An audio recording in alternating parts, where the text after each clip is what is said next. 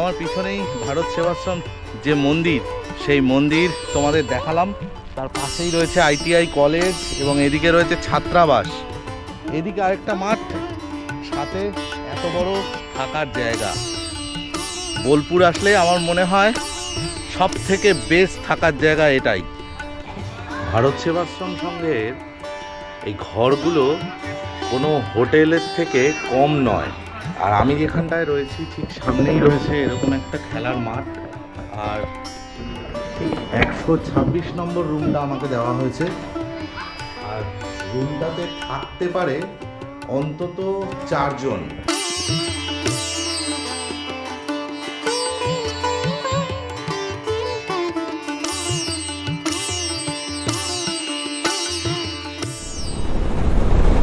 আজকের ভিডিওটা এই দুর্গাপুর এক্সপ্রেসওয়ে থেকেই স্টার্ট করছি।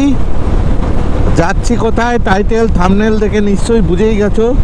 যাচ্ছি এখন বোলপুর শান্তিনিকেতন, মানে বোলপুর যাব, ওখান থেকে শান্তিনিকেতনটা ঘুরবো, ঘুরে আবার রিটার্ন করব।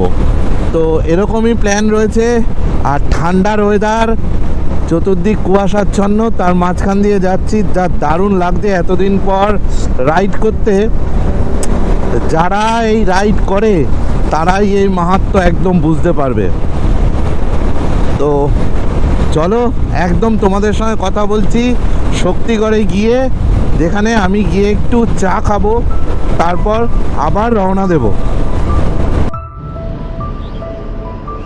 শক্তিগড়ে একদম ল্যাংচা ধামের সামনে এসে দাঁড়িয়েছি। এবার একটু চা খাবো, খেয়ে সোজা চলে যাব বোলপুরের দিকে। আর মাঝখানে দাঁড়াবো না, একদম চা খেয়ে তোমাদের সঙ্গে কথা বলছি মোটো ব্লগিং সেট আপের। কারণ অনেক বেলা হয়ে গেছে, একটু চাটা না খেলে ঠিক হচ্ছে না। চাটা খেয়ে নি, আর খুব ঠান্ডা বাইরে।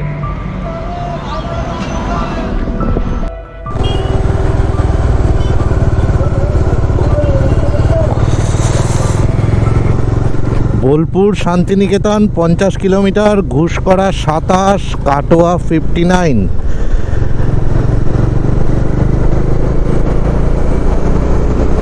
এখান থেকে 50 কিলোমিটার টোটালটাই সিঙ্গেল ওয়ে। সামনে ট্রেন লাইন, এটা যাচ্ছে লোকাল ট্রেন।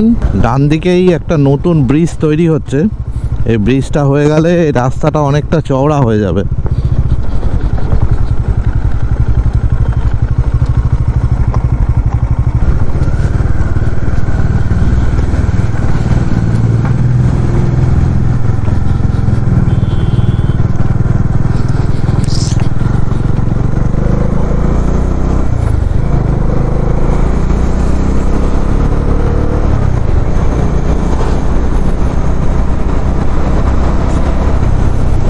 ব্রিজটা প্রায় কমপ্লিট, শুধু রেল লাইনটার উপরটুকুই বাকি। ওটুকুই হয়ে গেলেই মোটামুটি আসা যাওয়াটা বেশ সুবিধাই হবে। আর বাকি রোড কন্ডিশন যদি বলি, এখনো পর্যন্ত মানে বোলপুর আর এখান থেকে 10 কিলোমিটার বাকি। এখনো পর্যন্ত রোড কন্ডিশন টোটালটাই খুবই ভালো।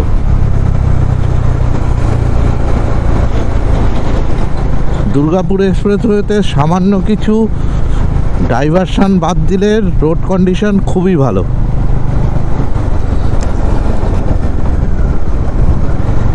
তবে প্রচুর পাউডার উঠছে, ন্যাচারাল পাউডার।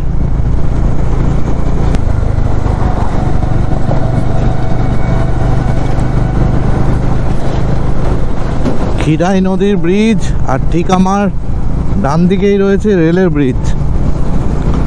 তবে জল একটুও নেই।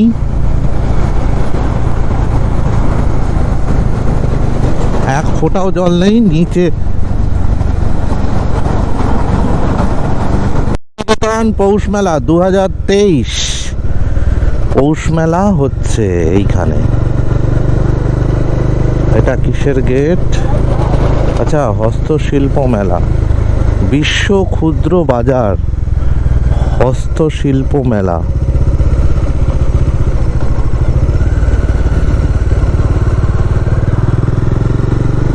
শান্তিনিকেতন।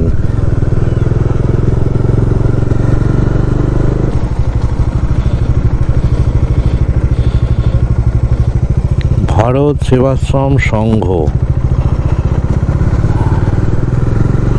এই রাস্তাতেই।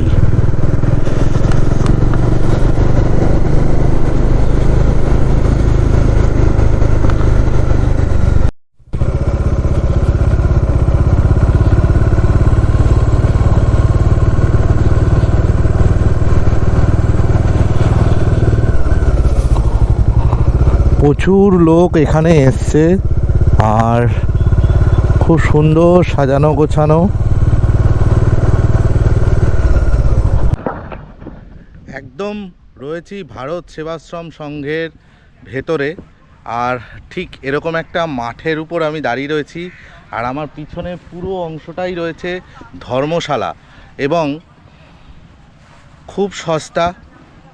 সকালে ব্রেকফাস্ট, দুপুরের লাঞ্চ এবং রাত্রিরের ডিনার তিনটেই এখানে পাওয়া যায়, এবং সেগুলো খুব কম মূল্যেই পাওয়া যায়। ওইখানে রয়েছে একটি ITI কলেজ, আর সামনের ওখানেই রয়েছে ভারত সেবাশ্রম সংঘের মন্দির।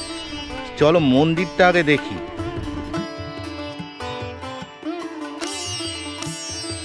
মন্দিরে প্রবেশ করার সঙ্গে সঙ্গেই নজরে আসবে ঠাকুর শ্রীমৎ স্বামী প্রণবানন্দজি মহারাজের একটি সুন্দর মূর্তি, এবং মন্দিরটা খুব সুন্দরভাবে সাজানো হয়েছে। ঠিক ওনার মূর্তির ডান পাশেই রয়েছে মা দুর্গা।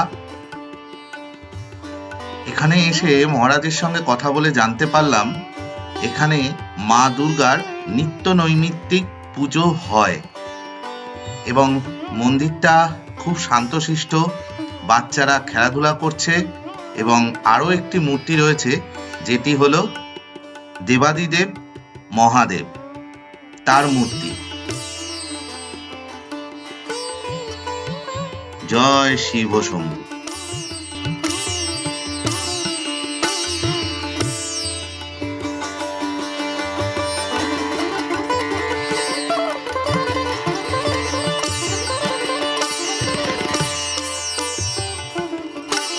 বাইরে বসে মহারাজ সবাইকে ঘর ডিস্ট্রিবিউশন করে দিচ্ছেন কাগজে লিখে, এবং একটি কাগজে ওনারা আলাদা করে টোটো ভাড়া পুরো লিখে দিয়েছে, যাতে এখানে সাইট সিন করার জন্য কোনো ট্যুরিস্টের কোনো অসুবিধা না হয়। ঠিক আমার পিছনেই ভারত সেবাশ্রম সংঘের যে মন্দির, সেই মন্দির তোমাদের দেখালাম। তার পাশেই রয়েছে ITI কলেজ, এবং এদিকে রয়েছে ছাত্রাবাস। আর চলো এবার নিয়ে যাই তোমাদের রন্ধনশালা। এত সুন্দর রন্ধনশালাটা মানে ছবি না তোলার মতো নয়। আর ঠিক আমার পিছনেই এদিকে আরেকটা মাঠ, সাথে এত বড় থাকার জায়গা। বোলপুর আসলে আমার মনে হয় সব থেকে বেস্ট থাকার জায়গা এটাই। একটু দূরে পড়ে, সোনাঝুরি হাট থেকে একটু দূরে পড়ে, বা কঙ্কালীতলা থেকে একটু দূরে পড়ে, কিন্তু তাহলেও বেশ থাকার জায়গা এটাই। অসম্ভব খোলামেলা। আমার পিছনেই হচ্ছে রন্ধনশালা, বহু লোকের রান্না এখানে হচ্ছে এখন।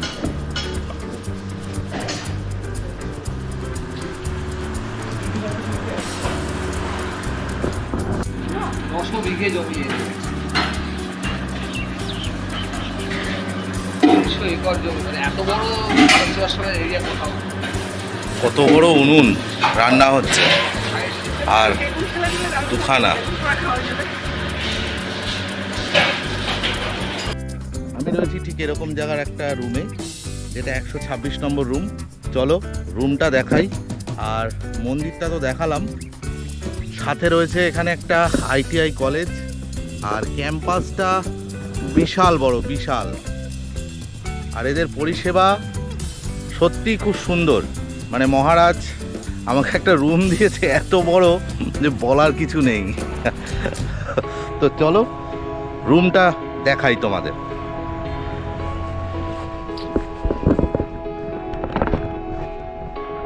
ঠিক এই ধর্মশালা, আর একদম সোজা এখান থেকে চলে গেলে রয়েছে 126 নম্বর রুম।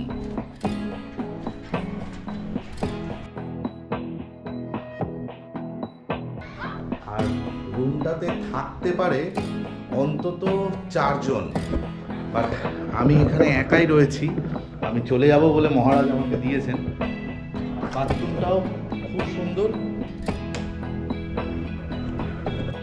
বাথরুমটাও খুব সুন্দর। এখানে রয়েছে গিজার, কোমোড খুব সুন্দর করে সাজানো, আর সঙ্গে রয়েছে সামনেই এখানে একটা ব্যালকনি।